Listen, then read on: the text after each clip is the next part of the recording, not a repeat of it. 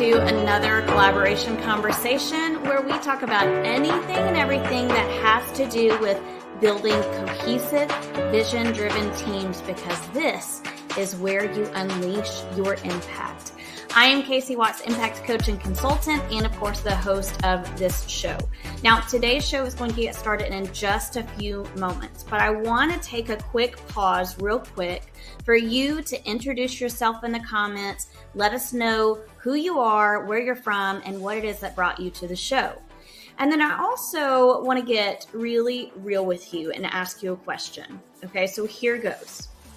Have you ever made assumptions?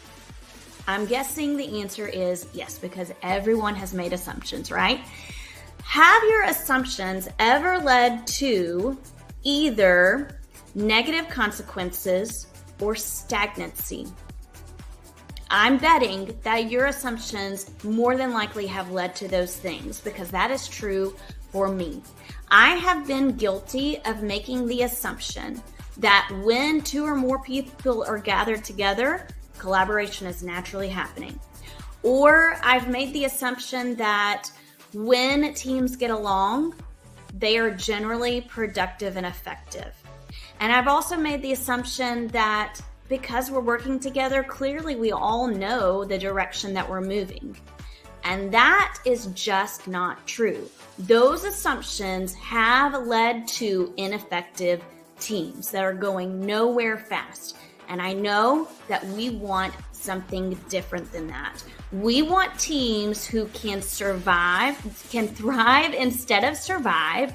We want teams who are less dysfunctional and are more of the kind of team that they deserve to be a part of. These are the kinds of teams that can propel your organization and benefit not just the people who are on the team, but can benefit the organization as a whole, okay? And I want to tell you about something that can help them to get to this point where we're letting go of those assumptions and we're utilizing people well so we can work efficiently, productively, and toward a vision. I want to tell you about how you can build that cohesive, vision-driven team. Let me read to you first a quote from Christine Kane. It's one of my favorite quotes. To build a strong team, you must see someone else's strength as a complement to your own weakness and not a threat to your position or authority. Okay, but I want to dig a little bit deeper. Sometimes we have this surface level knowledge of what our strengths and weaknesses are. But how great would it be if you could dig down to a deeper level and truly understand everyone's geniuses, their God-given talents, the kind of work that brings them fulfillment, and because it brings them fulfillment, they are building capacity. And you know what? That built capacity helps your team to thrive. How wonderful would it be if your team members knew each of their types of geniuses, knew their working competencies, and knew their working frustrations? I am going to be providing all of that information in an upcoming Marco Polo Sharecast. We're going to be diving into the 6 types of working genius developed by Patrick Lencioni. And we're going to be thinking about how you can recognize, provoke, and cultivate those geniuses and support teams so that they are cohesive and all vision driven, so that you can propel your organization forward faster and better. I want to share all of this with you. If you want to learn more, you can go to bit.ly/betteryouBetterTeam. This will end February 28th, so registration closes February 28th. Be sure you get in before then. If you want to learn more, just put in the comments, learn more, and I will hit you up with more information. Okay, I'm excited to begin today's content. So if you are ready, drop a #ready and let's get started. Hey everybody, welcome to another collaboration conversation. I'm super excited to have you here tonight. Tonight, we are going to be, hey, Michelle Rui, we're going to be digging into the working genius. You've probably heard me talk about the working genius on social media, in my emails. If you get my emails, you've seen me talking about it there. And you probably have heard me talk about it right here on Collaboration Conversations. In fact, that's one of the things that I talk about in the introduction video is the working genius and getting to know your working genius for yourself, but also for your team. And tonight, that's what we're going to be digging into, because I want to take away the question of what is the working genius anyway? Okay, so that's the big topic. What is this working genius anyway? And we're also going to be thinking, why is it important for us to know about our working genius? Now, what I want to do is start off not necessarily by digging into the working genius right off the bat, but what I want to do is talk about this myth of burnout. Okay, we're going to talk a little bit about some myths behind burnout.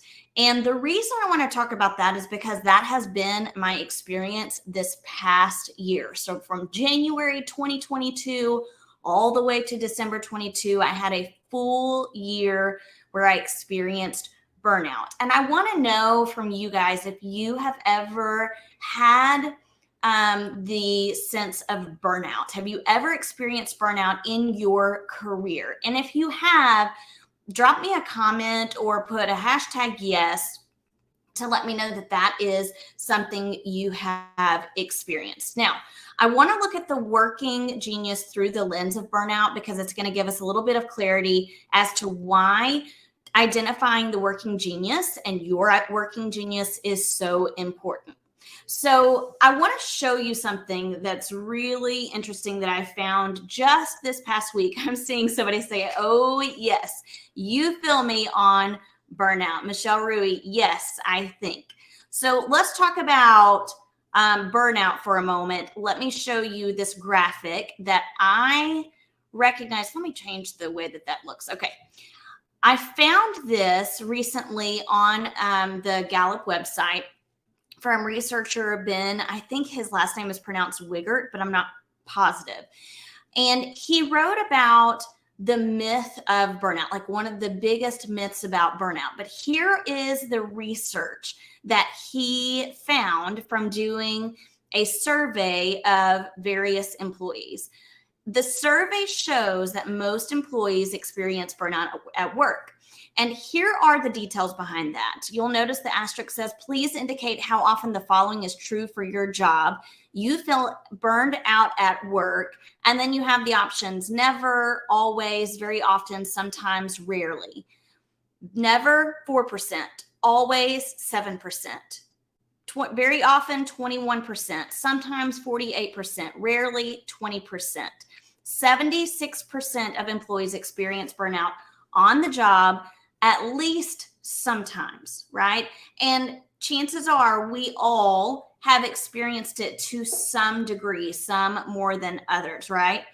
And there are lots of myths about why burnout happens. And I would love for you, if you are thinking about like what could be a possible myth as to why burnout happens, put that in the comments too.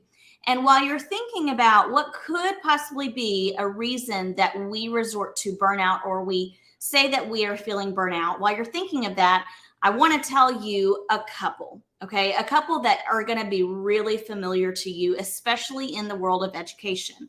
We hear so often that people are overworked, or you hear my plate is too full.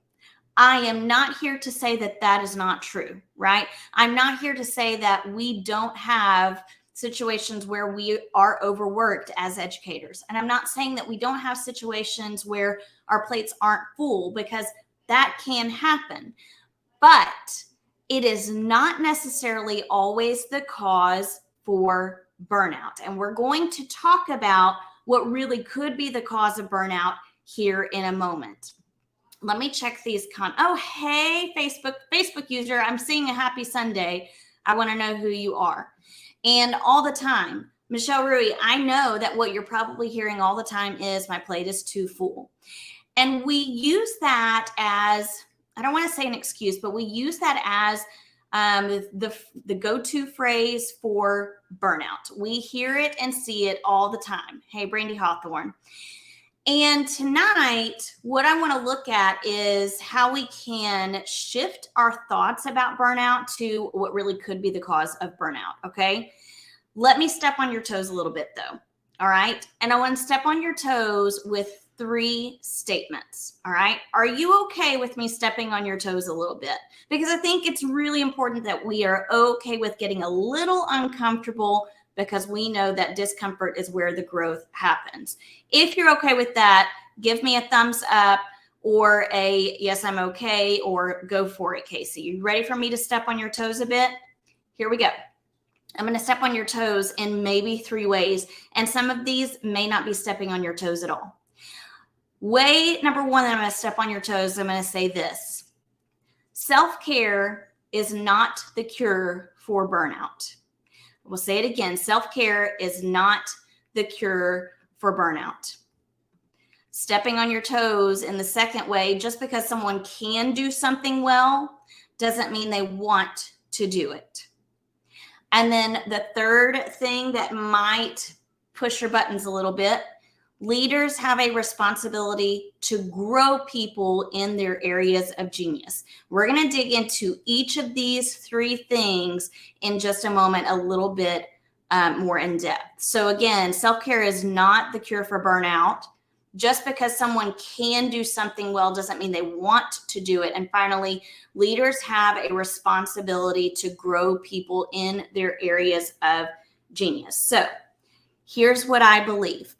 Before we dig a little bit deeper into those things, I want to tell you that careful explanations of who you are can shape the way you live, work, and interact with others. Okay?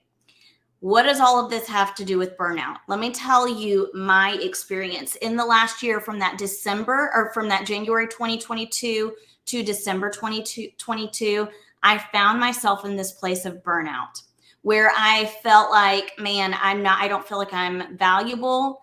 I'm not producing anything that's worthy. I'm really concerned about what the role is that I've taken, and if I even am a good fit for this role. Maybe this is not the job for me. And I was ready to jump ship. So come May 2022, I was ready. I was starting to look for jobs. And a lot of different things happened over the course of that year that probably contributed to my feelings beyond the job itself. But because I find such value in my work, that's where I was feeling the most burnout, and I was ready to leave. But instead of leaving, I decided I just needed to take some time for some deep self-reflection, because I didn't know what was causing the burnout. Like, even though I wasn't feeling worthy and valued, there was nothing in my job that significantly changed to make me get into this place of not feeling worthy or not feeling like I was producing anything that was valuable. And then I started thinking, okay, so why am I feeling so burned out? Why don't I want to go back to work? And y'all, I was getting in the car in the morning and just really struggling to push the gas pedal to make me go to work. And I've got a 35-minute drive to work. So a 35 minutes of, I don't want to, I want to go back home, and I want to do something different. But I didn't know what it was different that I wanted to do, and I didn't know why I was feeling that way. So I began to really dig into some deep self-reflection. And this diagram is what I anchored to. Careful explanations of who you are can shape the way you live, work, and interact with others. So I went to my experiences. And like I just said, I'd had a few different experiences that were unpleasant, but it wasn't anything that should have made me feel such burnout. So I shifted to, okay, let's look at my Enneagram. What do I know about my Enneagram? I am an Enneagram type 3. That means I'm an achiever and performer. And I know that when I don't feel like I am producing things that are worthy, or I don't feel valued, I began to withdraw. And I had withdrawn, right? And I was starting to experience burnout. But why? Still didn't know why that was happening because nothing really had changed that much. In fact, I had been given more responsibility at work in August that I should have been really excited about, but I wasn't. Okay. So then I shifted to my 16 personalities type.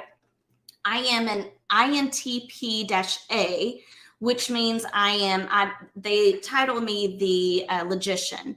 So I'm a little bit introverted, intuitive. I do lots of thinking, respecting, and I'm assertive. So I'm very assured in myself. And I noticed, you're going to hear my kids in the background. Sorry about that. It's fine. I noticed that because I'm a deep thinker, maybe I wasn't being given opportunities to deeply think and ponder things with other people. But then I started to think, wait, that can't be true because I've got this amazing group of colleagues outside of work, my Breakthrough Circle ladies, who help me to pursue deep conversations about the things that I'm really interested in. Okay.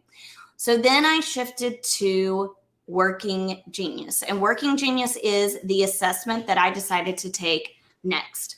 And when I moved into looking at the Working Genius, this is where everything came to light.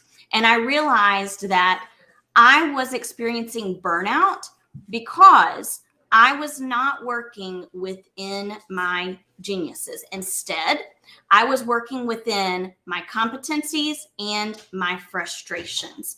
And it was causing me to feel anxiety. It was causing me to feel great burnout because I wasn't doing the kind of work that I love. So I want to take you now into the Working Genius and what that can do for people and take them from feeling drained and burned out to feeling like they are producing great work. Before I do that, drop me a comment if any of these types of personality tests you have taken.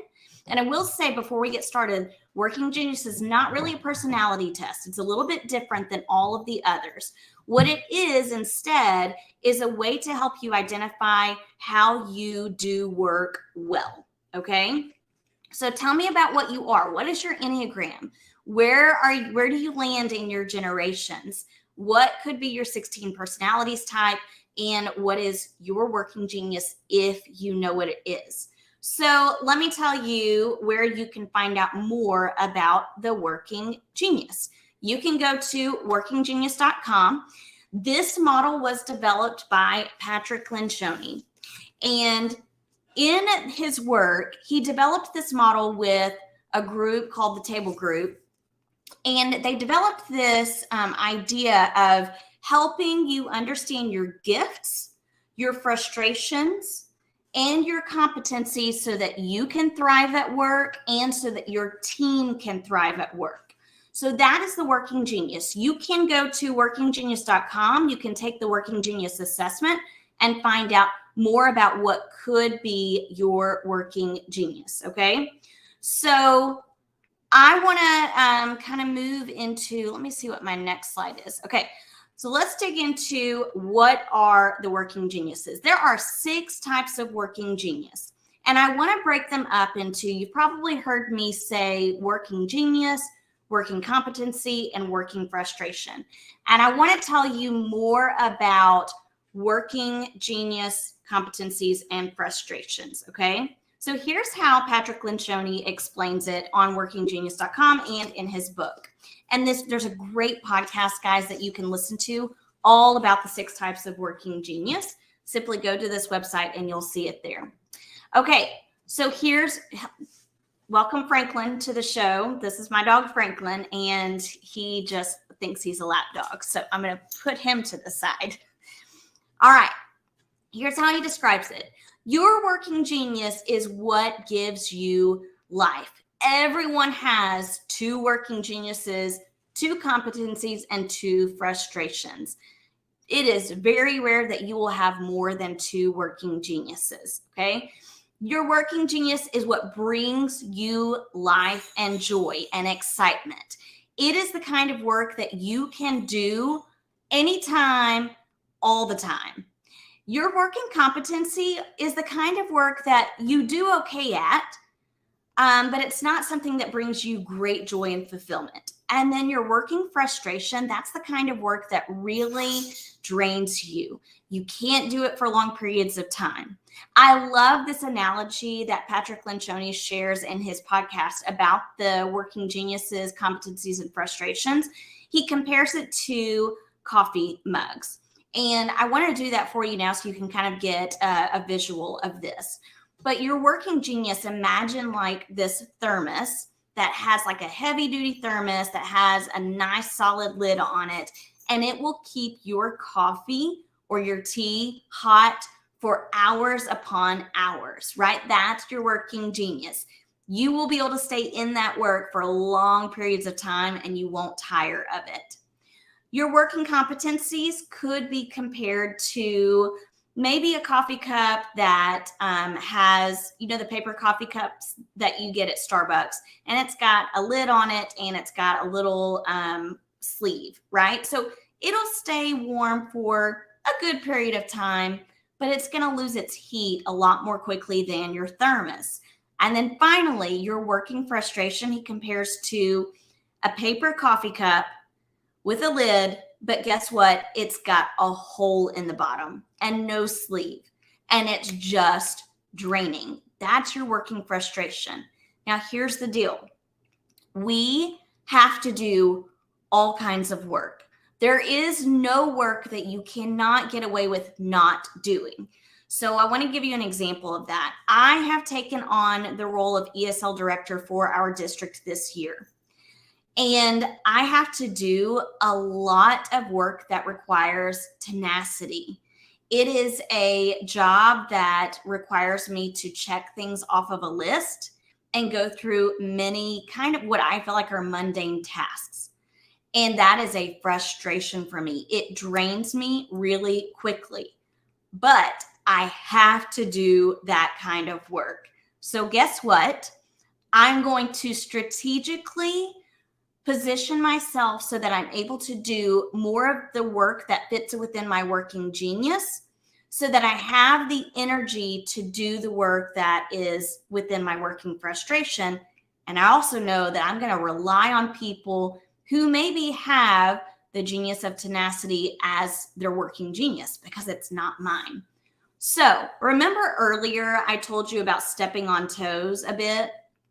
I want to go up to that in just a moment. But before I do, let me tell you about the 6 types of working genius. And I'm going to go through each of these really briefly.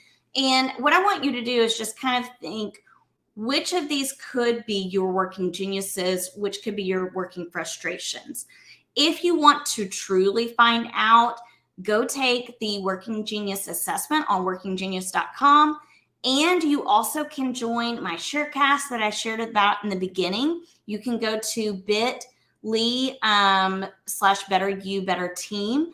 I'm going to be sharing about each of the working geniuses in micro sessions in this Marco Polo sharecast, and you will get to know what people say about those with these working geniuses, how you can provoke and cultivate these geniuses in others, and how you can support a cohesive, vision-driven team. Okay, so here we go. There are 6 working geniuses, and they go generally in this order, which you will notice spells out the word widget. And we need all of these working geniuses to get work done, to bring projects to fruition. The first genius is the genius of wonder. Someone who truly loves to question, ponder possibilities, and wonder about things. There is the genius of invention. These people love to invent and create ideas. Ideas flow easily from them. The genius of discernment, you might notice people with this genius who are able to discern things. They're able to take the ideas and discern what's going to work, what is going to be valid, what is going to be reliable. People with the genius of galvanizing are the people that rally others around things.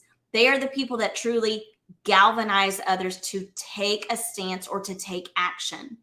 People with the genius of enablement love to get the work done by supporting others. They like to come in and help.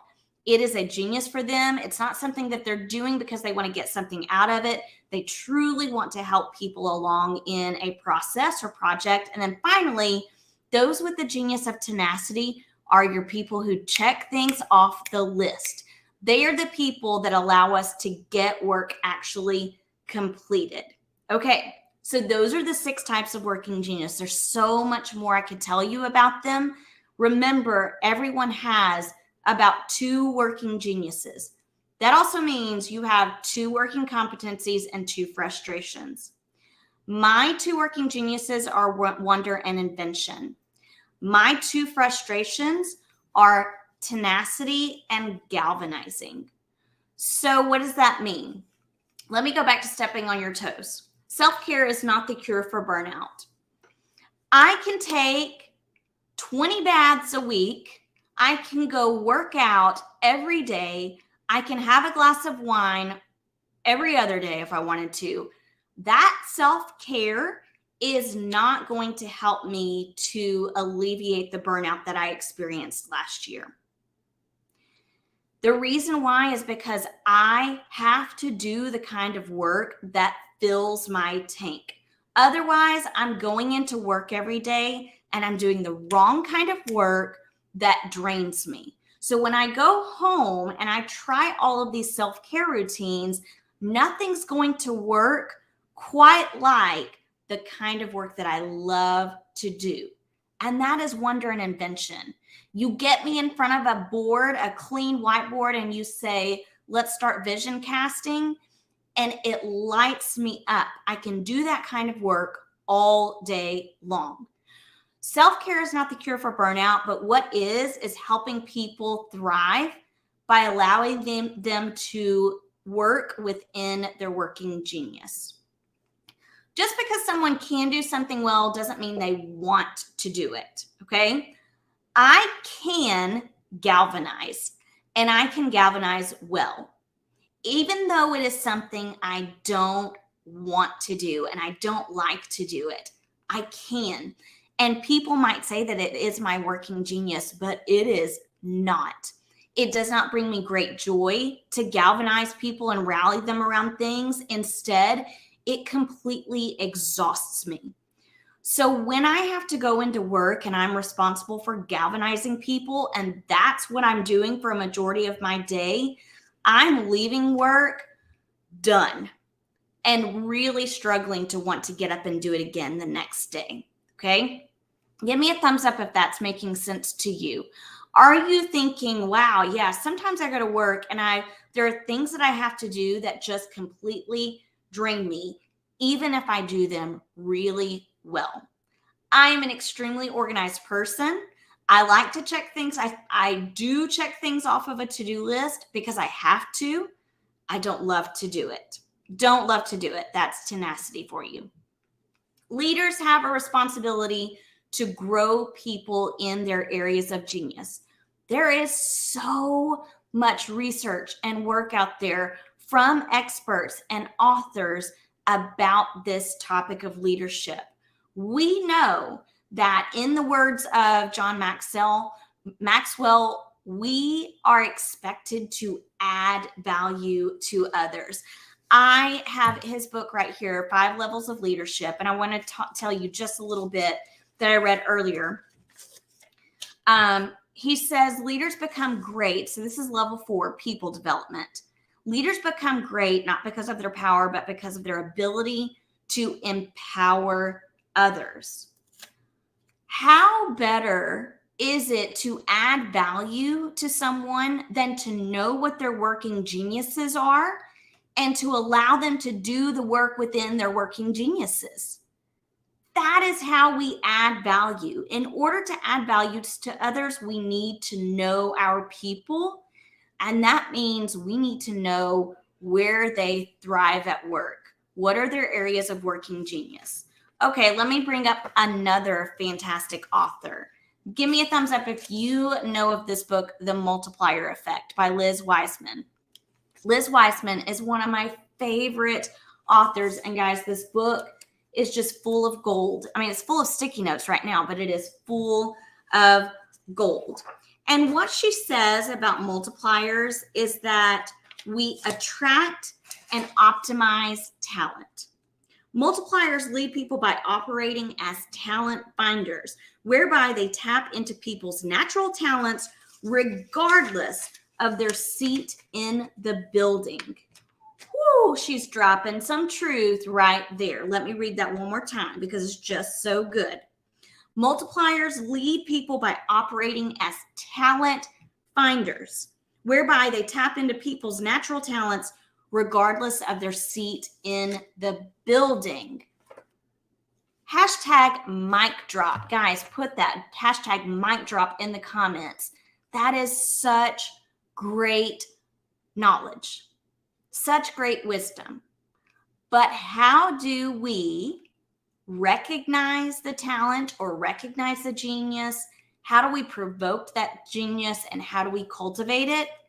Guess what? We need to know people's working geniuses. In my Sharecast, Better You Better Team Sharecast, that's what we're going to be talking about. Even if you and your team cannot take the working genius assessment, like it's just not feasible for you and your team, you can identify what you believe could be their working geniuses, what brings your people great joy, and then provoke it and cultivate it in just a way that allows your team to thrive instead of just survive, and for them to be more cohesive and vision driven. I love what Ben Wiggert, I think that's how you pronounce his last name, in the article that I mentioned earlier, the Gallup article, he says this: when people feel inspired, motivated, and supported in their work, they do more work. And that work is significantly less stressful on their overall health and well-being. Here's what I'm pitching to you.